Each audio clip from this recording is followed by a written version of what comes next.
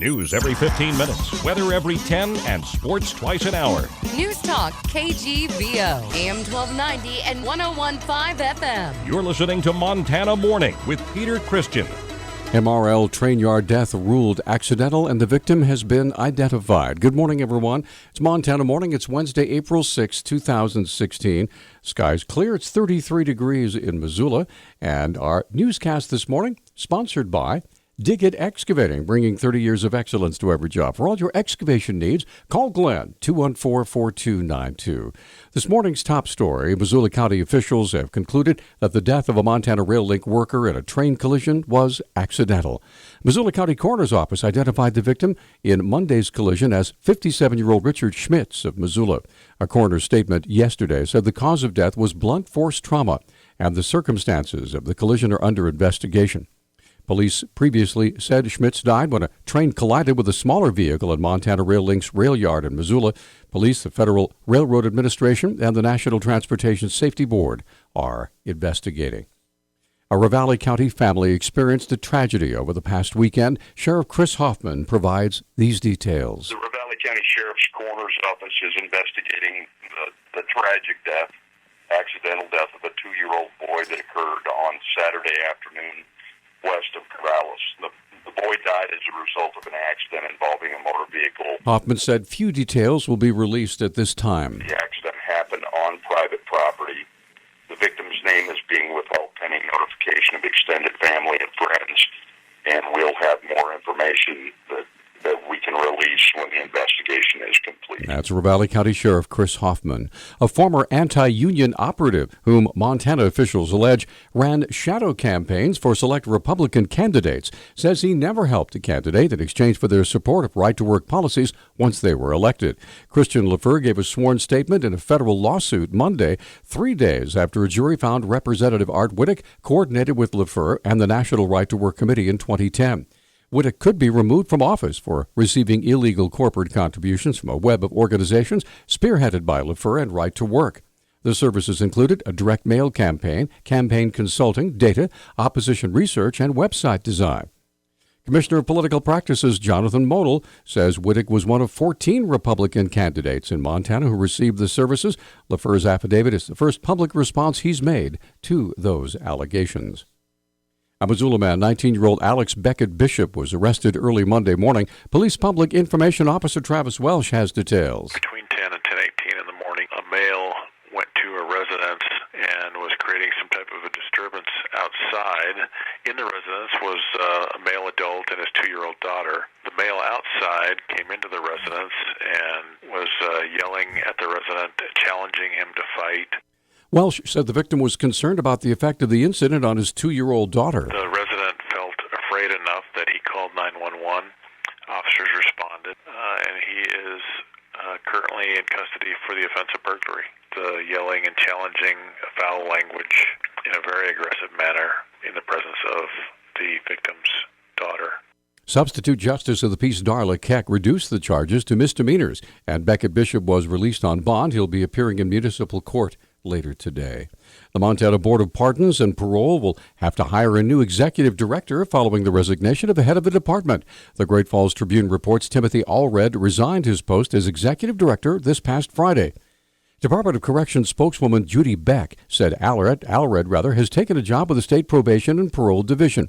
Beck said the board is responsible for hiring Allred's replacement. Allred could not be reached for comment. The board announced Allred's hire in late 2014. The potential demolition of the Missoula Mercantile Building is receiving criticism from a host of concerned community members. Former Historic Preservation Society board member Nikki Manning was on Talkback yesterday and recently decided to resign. She's now working with a group called Save the Merc. Manning said the Historic Preservation Society is being held back from doing its job. And it wasn't because I wanted to resign so that I could advocate for saving the Merc specifically. I just felt that as a board member, I could not work with our current Historic Preservation Officer or the City Development Services staff because we're not being allowed to do our job, and that is advocate for historic preservation. Manning said the Mercantile Building has great historical importance to the city of Missoula. It was the beginning of this town. The sawmill was the real beginning, but the Mercantile existed because of the mill. Without the Mercantile, I don't think that this town would actually even be here. It brought the railroad through town and then supplied the railroad. It was the main supply between Fort Benton and Walla Walla, Washington. I mean, it was the biggest department store in that area. Manning and others are trying to rally support to save the Merc and will unveil some of those plans tomorrow. The U.S. Department of Veterans Affairs says it'll open a vet center in Helena in the fall. VA officials said in a statement yesterday the center will provide counseling to veterans and active duty military, including National Guard and Reserve personnel who have served in combat or experienced sexual trauma while in service. It'll also provide services to military families, such as counseling for family members of soldiers who died while on active duty. Senator John Tester's office at Vet Center services include mental health screening, suicide prevention, drug and alcohol assistance, employment assistance, and education training. The Montana Democrat said the centers play a critical role for the military and their families. U.S. Senator Steve Daines and Congressman Ryan Zinke also praised the VA announcement. A new study by the Mercatus Center at George Mason University places Montana as one of the states most impacted by federal regulations. Study author Patrick McLaughlin explains. Montana ranked number 10, and that was driven for the most part by the petroleum and coal products manufacturing industry in Montana. That industry accounts for about 3% of Montana's overall private sector economy. We're not counting, by the way, the economy produced by government expenditures, that sort of thing. We're just looking at the private sector. McLaughlin explains a bit of the methodology behind the study. To do this, we use what's called reg data. Reg data is both a methodology and a database. We've been developing it here at Mercatus for several years. What reg data does, it lets us calculate how regulated each industry is in each year and also figure out which agencies are producing those regulations. The study places Louisiana, Alaska, and Wyoming as the most impacted states for federal regulation. Least impacted states, mostly in the Northeast, include New Hampshire, Rhode Island, and Vermont. Finally, funeral services are planned for today on Montana's Crow Reservation for the tribe's last surviving war chief, Joe Medicine Crow. Medicine Crow died this past Sunday at the age of 102. He'll be buried at the Absaluki Veterans Cemetery. A renowned Native American historian, Medicine Crow spent decades methodically cataloging his tribe's culture and history. His Crow name was High Bird. Medicine Crow attained the title of war chief for a series of deeds performed during combat in World War II, and later said that warfare was not about killing, but honor, leadership, and intelligence. President Obama released a statement after Medicine Crow's death, calling him a Crow word for a good man.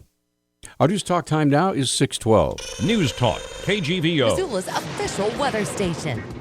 Mostly sunny skies and warm today with our highs in the mid-60s.